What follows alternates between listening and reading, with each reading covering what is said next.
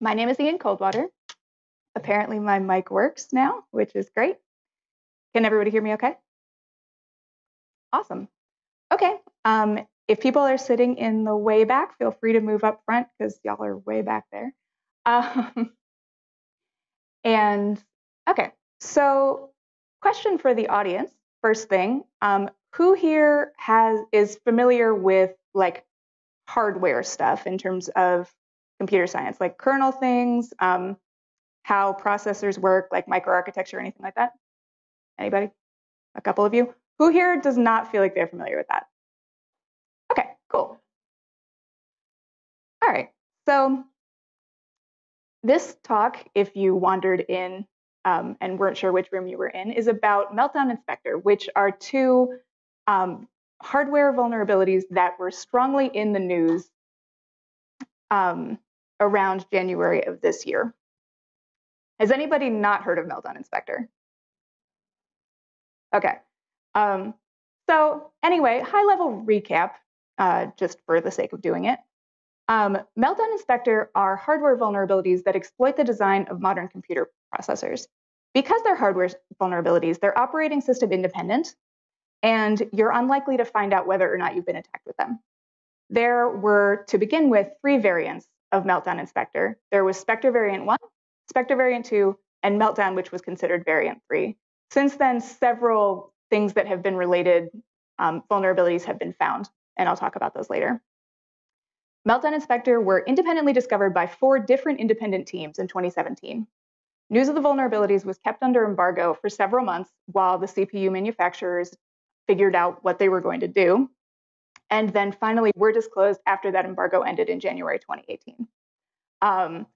Totally coincidentally, I'm sure, the CEO of Intel sold most of his stock a few months after they had heard about it, but a few months before everybody else did, which I'm sure was totally coincidental.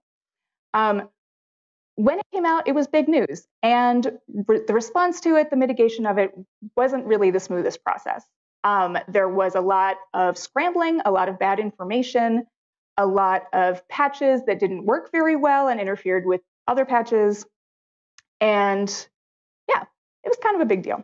So what I'm trying to do here is explain what these attacks are, how they work, and what can be done about them. Maybe wondering who I am. My name is Ian Coldwater. I'm a DevOps engineer at Jamf. I focus on container and cloud security, and I'm a hacker. If you are like, wait a minute, cloud, why are you doing things about hardware? It's because as a hacker, I can really appreciate a good exploit. These ones were particularly good. They really captured my imagination. And when I went out to research them, I very quickly discovered that a lot of the information about them is buried in very dense PhD white papers. And a lot of the information about them that is not buried in PhD white papers is geared toward lay people, is full of FUD, and has a lot of technical inaccuracies. So what I wanted to do was be able to talk about these vulnerabilities and exploits that I'm super excited about with other folks in an accessible way so that it's technically correct, we can all understand it, and I don't know, maybe it'll help keep some users safer, and maybe if somebody turns out to be a really big nerd about this, maybe they can nerd out with me. These attacks are really cool, as well as being very technically important. Meltdown basically makes it possible to violate computing's laws of physics. Computers have isolation between user space, kernel space, different applications. Those are equivalent to something like gravity, like they are the basis of how computers work. Meltdown just makes that disappear. So think about what it would be like if all of a sudden you could just abolish gravity or linear time. You know, like think about the possibilities in terms of computing for malware deobfuscation. Or when our former intern Jessica was working at Jamf, she was expressing that she really wanted to understand the connections between the hypervisor and the kernel, the container, like where exactly everything was along the stack and how it was interacting. At the time, I said that wasn't possible. Several weeks later, Meltdown came out, and Meltdown actually did make that possible. That's cool. And Spectre calls into question institutional wisdom and common understandings about the design of computers themselves. Let me talk about this in a second, and that makes sense. Modern computer architecture, as I said a second ago, is designed such that there are supposed to be walls between user space, kernel space, and walls between applications. They are designed with common understandings and institutional wisdom about what exactly these internals do and how they interact together. Meltdown and Spectre break these. And because of that, they're really interesting and also really dangerous. The potential risks in Meltdown and Spectre are only limited by what is being stored in privileged memory locations. What Meltdown and Spectre do is allow an attacker to read the contents of privileged memory locations, regardless of how many security barriers are supposed to be there, in theory. Meltdown and Spectre work on personal computers, mobile devices, on virtual machines, in containers, and in the cloud. Meltdown makes it possible to read data from other guest virtual machines, as well as the host, and depending on a cloud provider's infrastructure, it might be possible using Meltdown to steal data from other customers on the same cloud. Meltdown and Spectre are a class of vulnerabilities that are totally different from previous vulnerabilities that we're used to. We're used to bugs in software, where you can refactor the code, fix it, move on with your life. Or we're used to maybe bugs in the operating system that is specific to Windows or specific to OS X. We're not used to these kinds of wide-ranging hardware bugs that affect everybody across operating systems, across CPU manufacturers. And what's particularly notable about these vulnerabilities is that they aren't actually flaws. They're features. They're not bugs, truly. They don't result from anything bad happening. They result from computers working properly, exactly as they were designed. Where Meltdown and Spectre get their flaws from is the interaction of different components of processor design that were thought to be well understood and are all working properly. The complex interactions of them together is what causes these flaws to happen. So for people who are maybe not so familiar with hardware, which when people were raising their hands is most of the room, let's do a little bit of a crash course in computer architecture. Different CPUs can work slightly differently across manufacturers and across CPU families, but generally speaking, they have certain features that they hold in common.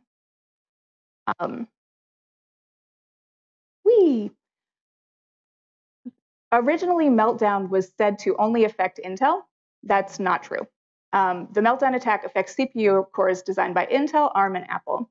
Spectre attacks affect all of these manufacturers, plus AMD, plus various other kinds of, there's one called the Mill that doesn't actually have a processor at all that it can theoretically affect.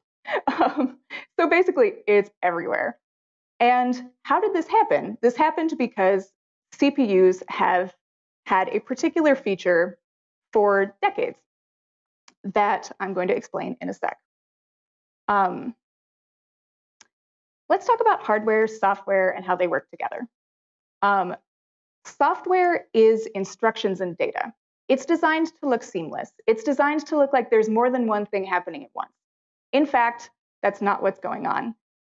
What software does is it sends a series of instructions in assembly language to the bare metal, which then puts the data into memory, either into RAM or into cache, and then does the thing, sends it back, and it does one thing at a time. The way that it does one thing at a time is that it executes a set of instructions, it understands it, it does the thing. Except that, as it turns out, processors don't actually do one thing at a time. They do multiple things at a time with a feature called out-of-order execution. This wasn't always the case. In about 1995, as things started to become more resource heavy, the CPU manufacturers realized that as consumers were demanding more speed, as programs were demanding more resources, that they had to figure out how to make them faster. And it, as it turned out, was a lot cheaper and a lot easier to implement parallelism, which is multiple things happening at the same time, than it was for them to actually just make the bare metal that much faster and cheaper. So they started to make processors faster. And processors are designed to be fast. They get faster all the time.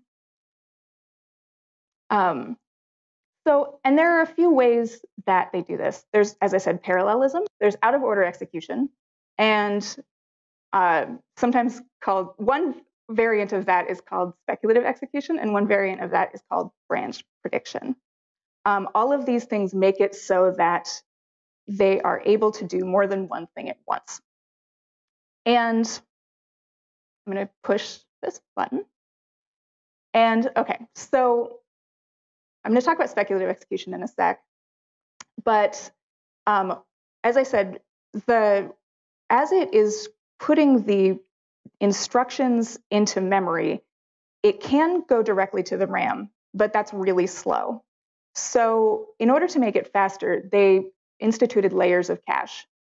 There's L1 cache, which is the fastest and the closest to the software. There's L2 cache below it. There's L3 cache below that. Some processors also have an L4. Below that is the RAM. The closer it is to the RAM, the slower it goes. There's an order of magnitude thing there. And when computers are executing instructions, a lot of the time they'll leave stuff in the cache because it's faster. And as computers are executing these instructions, what they've been doing in the last 20-odd years is something called speculative execution, also known as branch prediction, where if it's like, OK, if X equals Y, then do this. And not only will it execute that in advance, but it will also execute alternatives in advance, so that if X does not equal Y, it will also attempt to do this. It will do this before it's actually executing anything, so that when it actually comes about to happening, it has already done the thing that it's supposed to do, and then will continue to do that. Executing one instruction at a time is slow. They execute multiple instructions at once, just in case. And then when the one happens, it'll throw all the rest away. It was thought for years that that was fine, because it was thought that that the isolation between user space and kernel space and protected memory worked. As it turns out, it doesn't work. And where it goes when it throws the unexecuted instructions is into unsecured cache, where it can be read by people who know how to access that. Another thing about speculative execution is, I'm going to take a sip of water and then tell you, that it learns with time.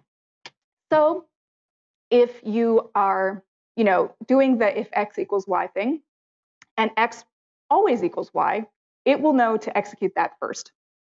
And then if X doesn't equal Y, then it will have to throw the original thing out. But the original thing will be what it has tried to execute first.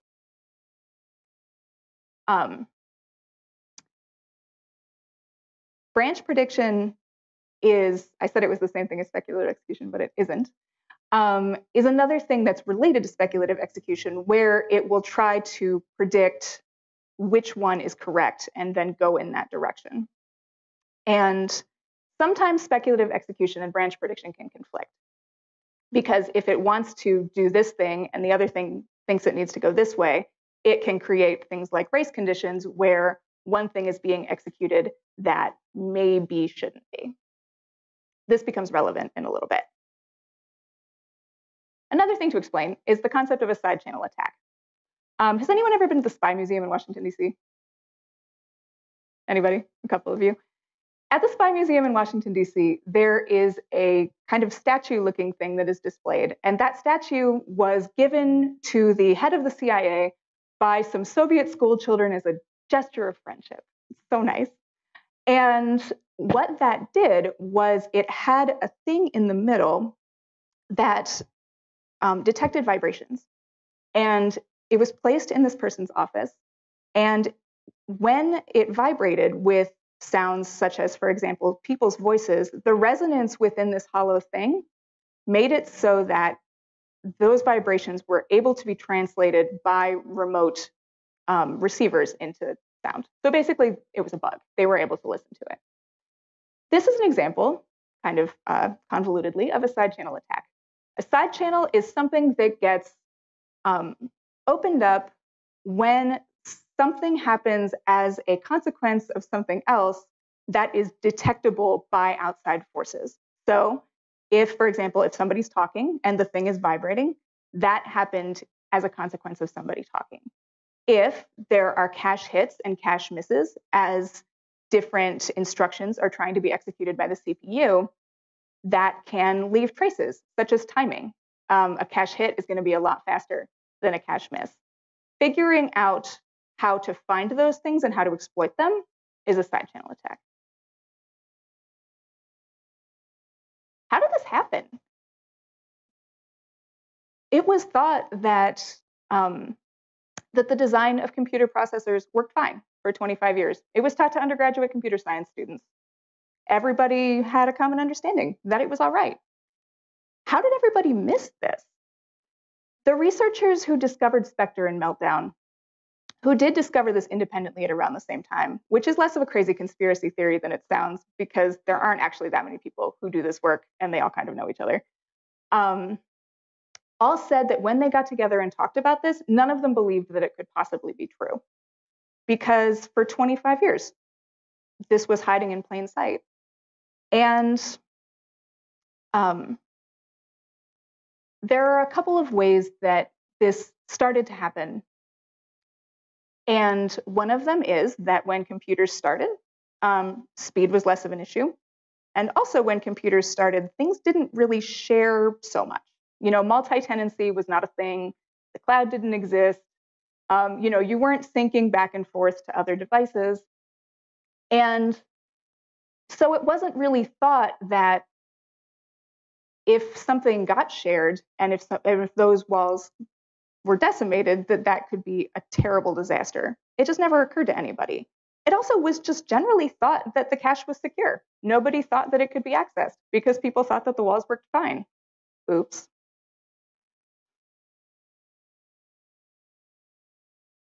All of these things are features, not bugs. Everything's working as it's supposed to. All's good. Not only are they features, they're features that you can't write out of the roadmap. They're literally there by design. So let's talk about how exactly Meltdown and Spectre work. Like, what do they do? We're going to talk about Meltdown first. Meltdown was named because the vulnerability basically melts security boundaries, which are normally enforced by the hardware. Like, just gone. Like I said, it's the equivalent of abolishing gravity. Theoretically, there are these walls here. You can't cross them. There's user space, there's kernel space, there's different applications. They all have their own spaces. That's all good. Meltdown just makes it so that all of those are gone. So people can go to different parts of the cloud. People can go from a guest virtual machine to another guest virtual machine. People can go from user space directly to kernel space, despite the fact, and read stuff that they're not allowed to read. And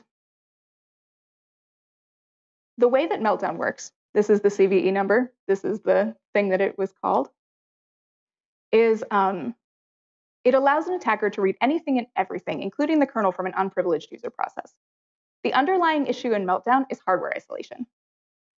Usually, you can't cross the walls that exist between user mode and kernel mode except with syscalls. And user applications can't have direct access to each other.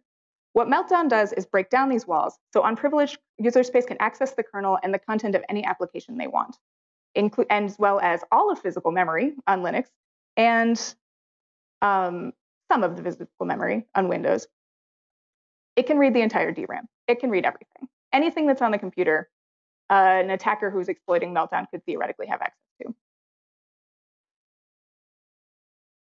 Meltdown has been said to affect every Intel processor that came out since 1995. It's an information disclosure vulnerability. It requires code execution. It depends on out-of-order execution, but unlike Spectre, it has nothing to do with branch prediction. Turning off speculative execution wouldn't actually have any effect on Meltdown. And there are multiple variants of Meltdown. There's the famous one, and there's another one that got discovered called 3A. Meltdown variant 3 mainly affects Intel, but also affects some other things. 3A mainly affects certain ARM CPUs, but also certain Intel CPUs could work too. Meltdown, you need local code execution on the device to do it. You can't do it remotely. It's easy to reproduce. It's easy to execute. It's also pretty easy to mitigate by basically making it so that bigger walls and less permeable walls are built around spaces. The way that Meltdown works is that, so I'm going to take a sip of water, one sec.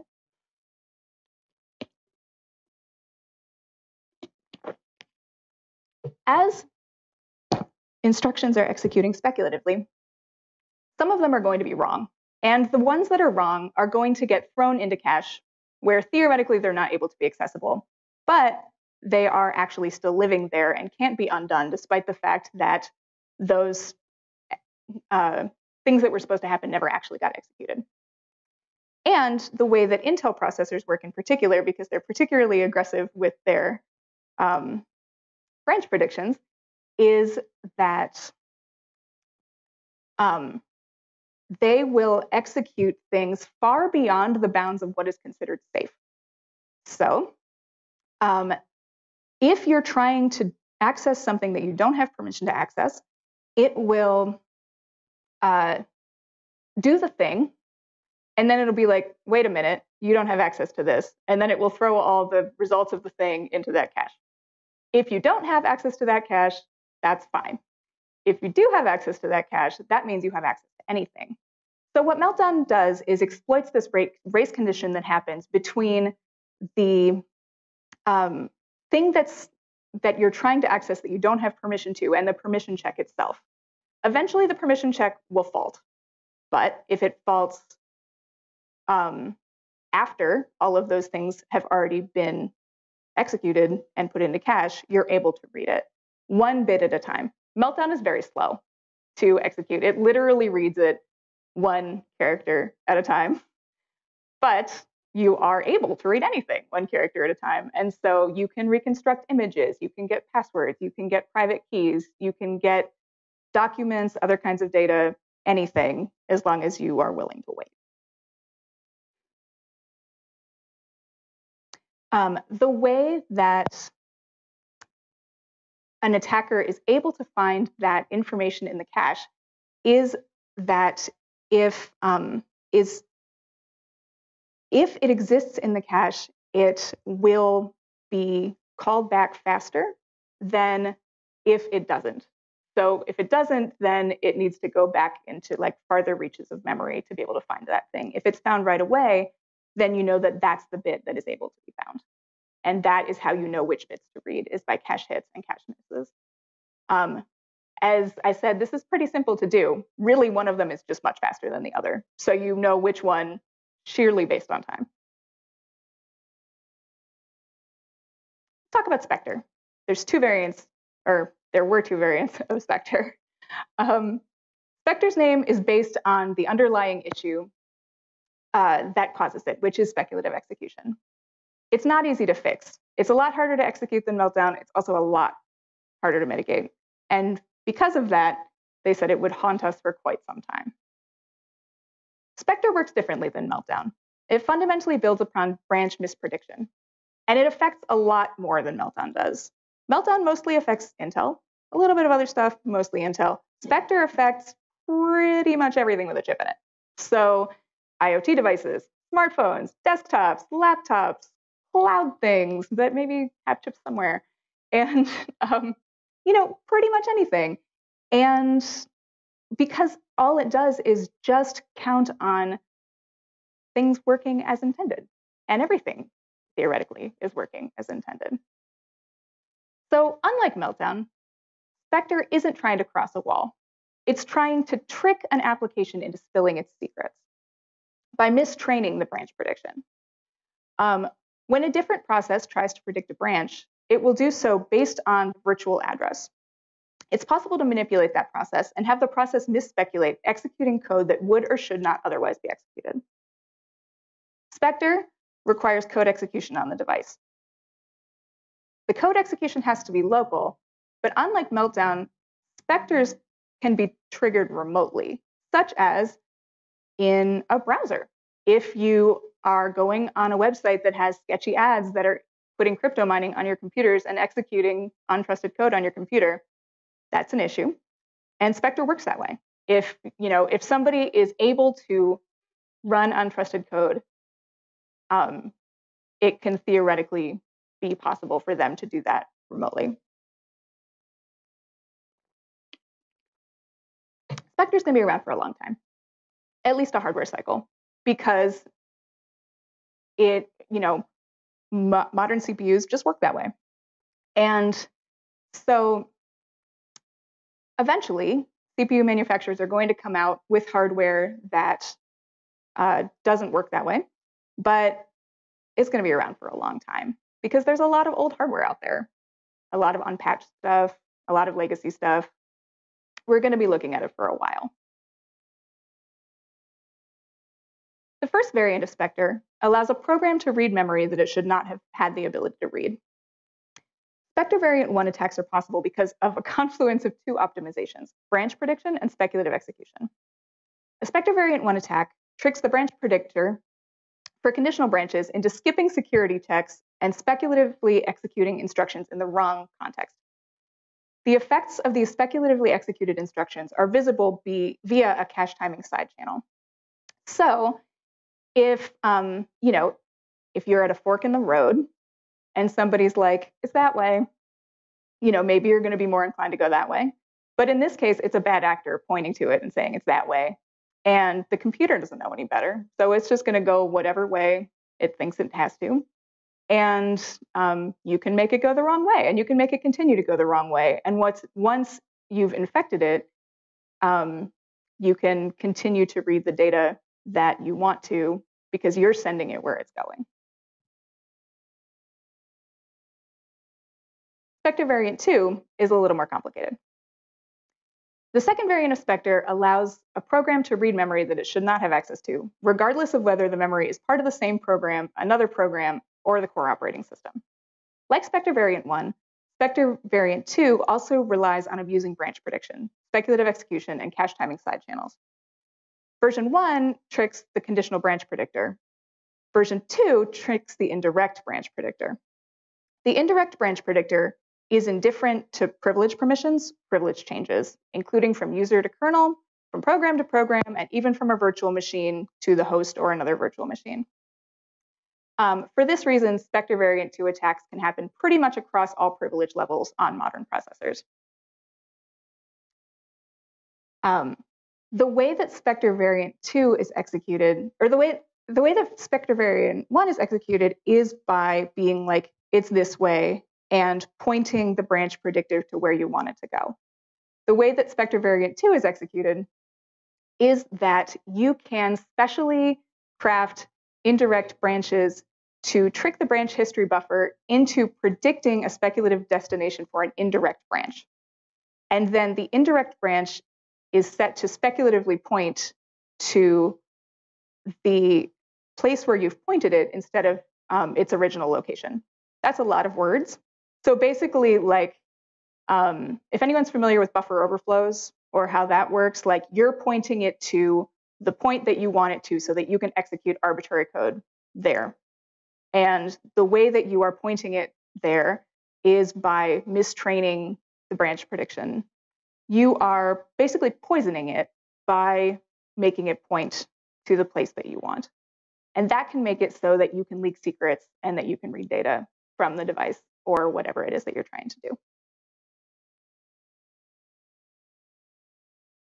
So, okay, that's 3 of them. That's fine. And then there were more. So There's Meltdown variant 3A, which is kind of like Meltdown, but mostly affects ARM. There's Meltdown Prime and Spectre Prime, which exploit cache coherence protocols and the way that cache is dealt with in memory read. There is Branch Scope and SGX Spectre, which deal with Intel's secure enclave, which theoretically is an extra secure place that you could not get into. As it turns out, you can absolutely get into it. And very recently, like this week, Spectre NG was announced, short for Spectre Next Generation. There are 8 variants of Spectre that are under the banner of Spectre NG. I don't have 8 different slides for them because they haven't quite been announced yet. They're still under embargo. Intel just asked for more time to try to figure out what to do with them because its patches are not fully cooked yet. Every single one of those has a CVE attached to it separately. 4 of them have been denoted as very high risk. 4 of them, I believe, are demoted as medium, or are noted as medium. But very high risk is like bad news bears. The CVE designation does not call it very high risk unless it's like serious stuff. So I'm not sure exactly what it does yet and can't explain to you how it works. But if you pay attention to the news for a few more weeks, or if you're watching this on YouTube, you'll probably figure it out. We'll see. And there's going to be more to come because for a long time, side channel attacks were, people were doing them. They were mostly done in an academic context. There's a really rich, interesting history of what people have done with side channel attacks. It has included breaking address-based layout randomization. It has pretty much broken every single cryptographic protocol at one point or another. Really interesting things have been done with it, but for a long time it was buried in PhD white papers, and people didn't really know about it unless they were like very specific kinds of nerds who like to read PhD white papers, or unless they were the PhDs themselves. And now that people understand how powerful these things can be, people are paying more attention to them, which also means that bad actors and offensive researchers will be paying more attention to them. And we are not even close to seeing the end of things like this yet. Also, Intel has a $250,000 bounty for finding a new one of those, which probably doesn't hurt. So like, y'all are like, okay, this sounds bad.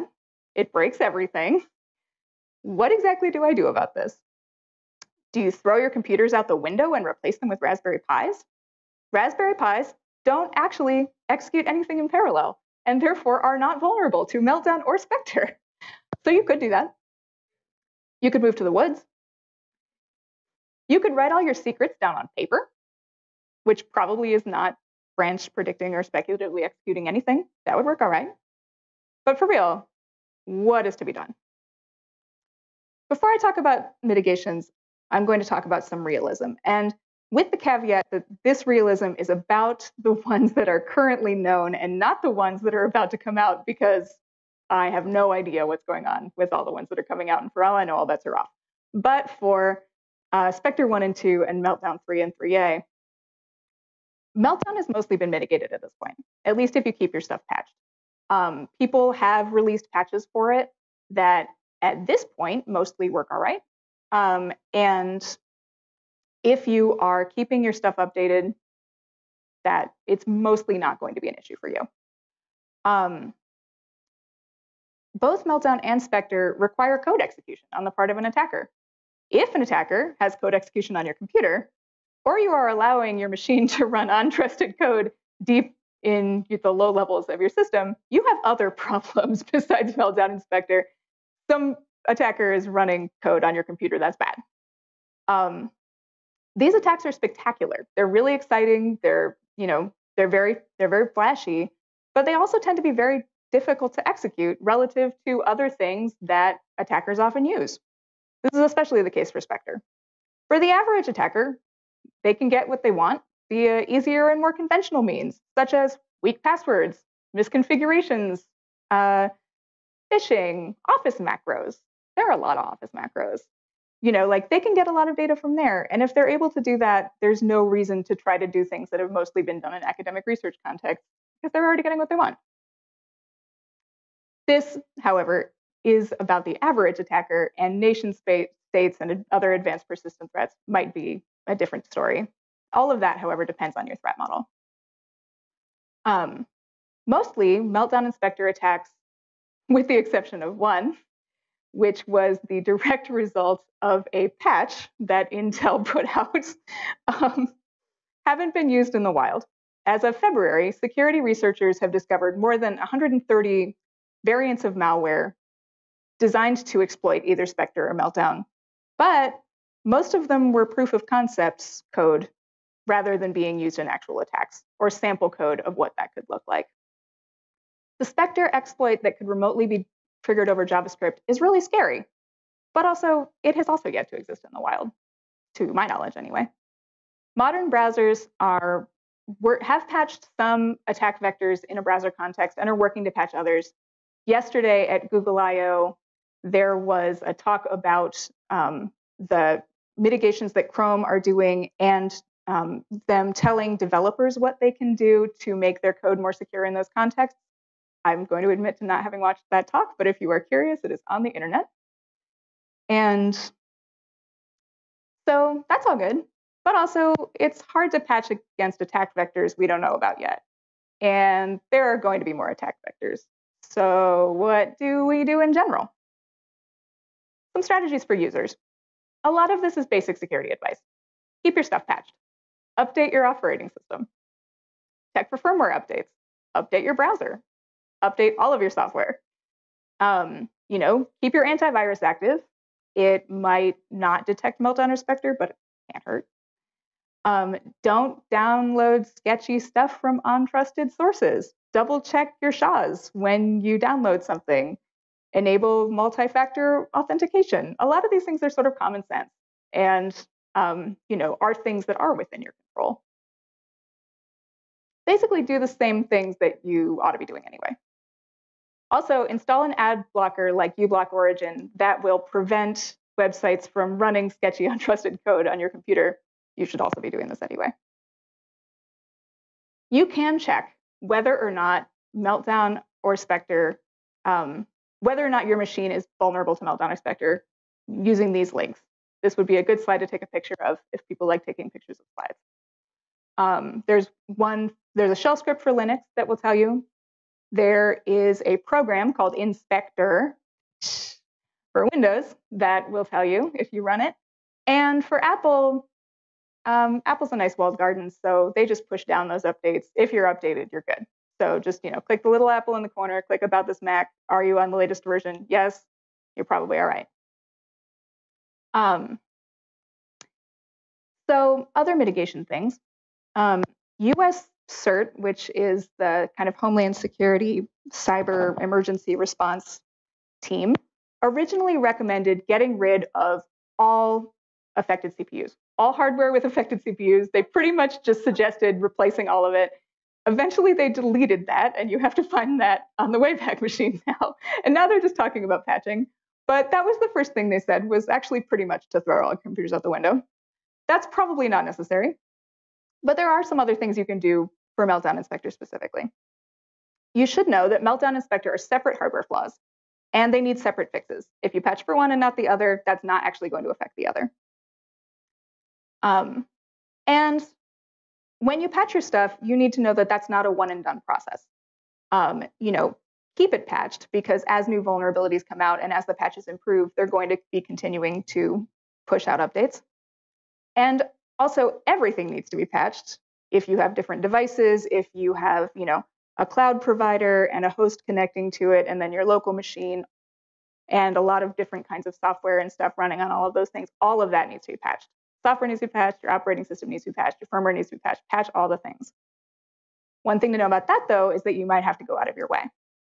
Both Linux and Windows users have to install proprietary microcodes separately from the general updates that come stock with their operating system.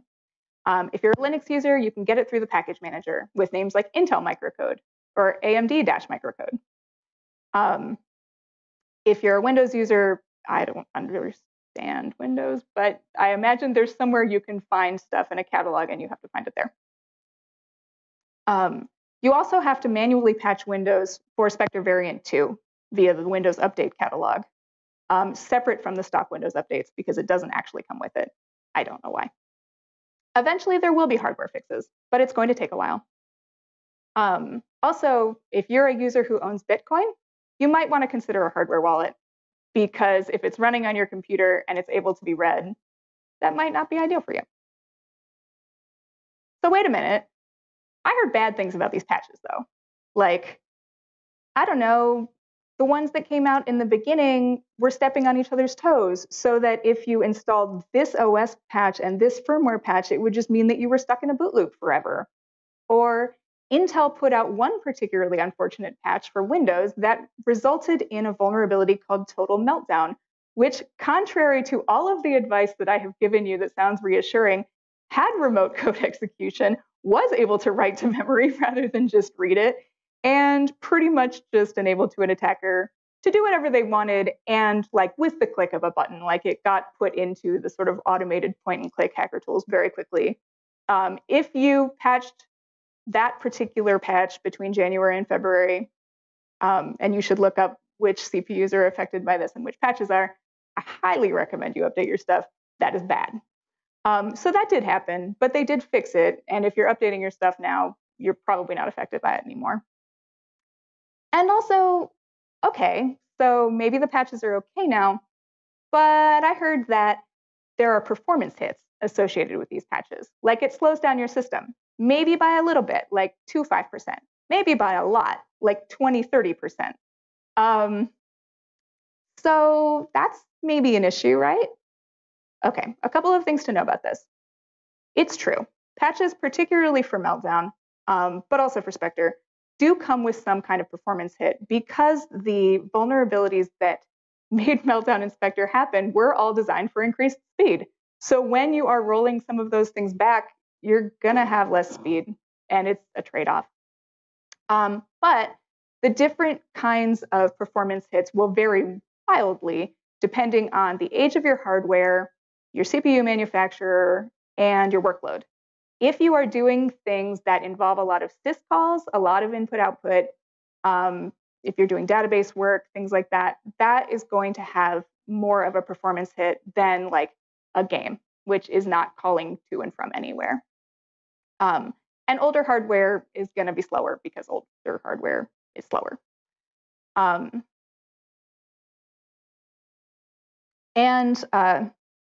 You know, it's worth considering that, you know, when you're like, oh, is it worth it? Like, do I actually have to do this?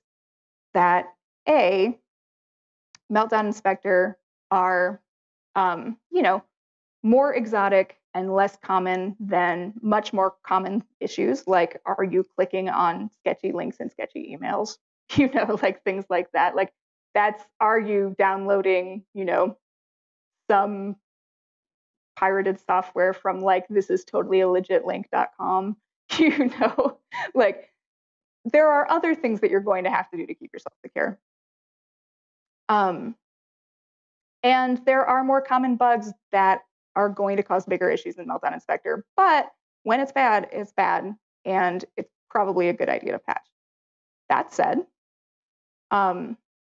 also, some things, if the question is, okay, so you were talking about older hardware, what if my stuff is literally too old to patch? There are some things that are literally too old to patch. Intel and AMD both said that CPUs that were manufactured before a certain date, they were just never going to fix them. They just don't want to. And if your hardware is old enough that it is being affected by that, then you have some decisions to make. You know, do you want to keep your older hardware? How badly do you want to keep your older hardware? How much is your workload and your use case being affected by depending on that older hardware? I can't answer those kinds of questions for you. And a good way to think about those kinds of questions is by threat modeling. So threat modeling is the idea of trying to gauge your what you have at risk, who you have it at risk from, like, and how much trouble you're willing to go through to do about it. So what data do you have? How sensitive is that data? Who are you trying to protect that data from? What are the capabilities of those attackers? What are your capabilities in defending them? How much trouble are you willing to go through to be able to protect that data at the risk of performance hits or things being annoying or whatever, you know? And I can't answer those questions for you. You have to answer them for yourself. So threat modeling is going to look different for everybody, which is why I have this thing on the bottom here. If you're a cloud hosting provider, a CPU manufacturer, or a cryptocurrency exchange, Meltdown and Spectre are going to be really big problems for you. If you are an admin for ancient on-prem legacy hardware where patching anything whatsoever will make the entire house of cards fall down, y'all know who you are. You may have some hard decisions to make. As an average user, unless you're a jailbreaker, y'all know who you are too, or you depend on some legacy system for something, maybe this isn't going to affect you so much, at least not right now. But I can't answer these questions for you. You have to answer them for yourself. For businesses, you know, it's not a single individual, it's a lot of people. So companies have a slightly different suggestions for what kinds of actions they can take. Know your threat model.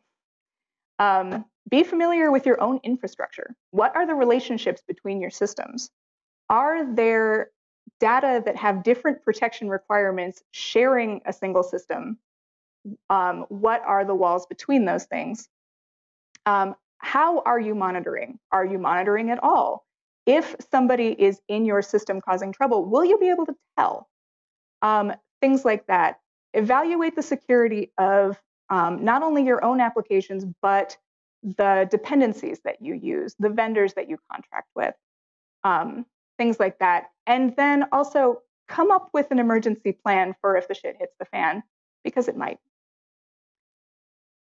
And again, what that looks like for you is going to depend on your threat model, which I can't answer for you, but you as a company should figure out for yourself. So where do we all go from here? Is there a branch somewhere that predicts this? Can we figure it out in advance? This is going to be a set of vulnerabilities, a class of issues that we're going to be dealing with for a very long time. We're going to be dealing with it on old hardware. We're going to be dealing with it on the vulnerabilities that we haven't even seen yet that are coming down the pike. These are going to be things that we're going to have to keep thinking about. What can we do about this in the long run? The assumptions that we've made for decades about the safety of computer microarchitecture and the security of user space isolation are coming undone. This is both a challenge and an opportunity. What can we do with it? What can we do to change the design of compilers, of computer architecture, of processors, to make it so that they are actually making things more secure rather than less?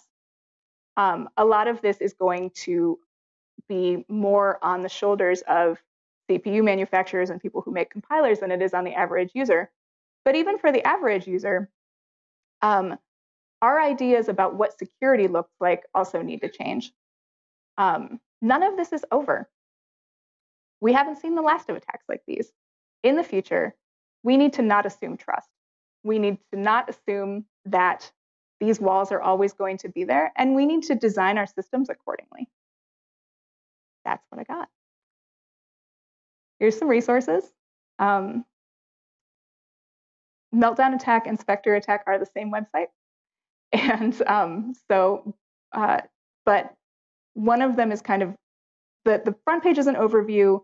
Meltdown PDF and Spectre PDF are technical explanations of what exactly those attacks looks like. The Google Project Zero post was the post that originally announced it and the technical details to the public. There is POC for Meltdown. It exists on GitHub. You can find it.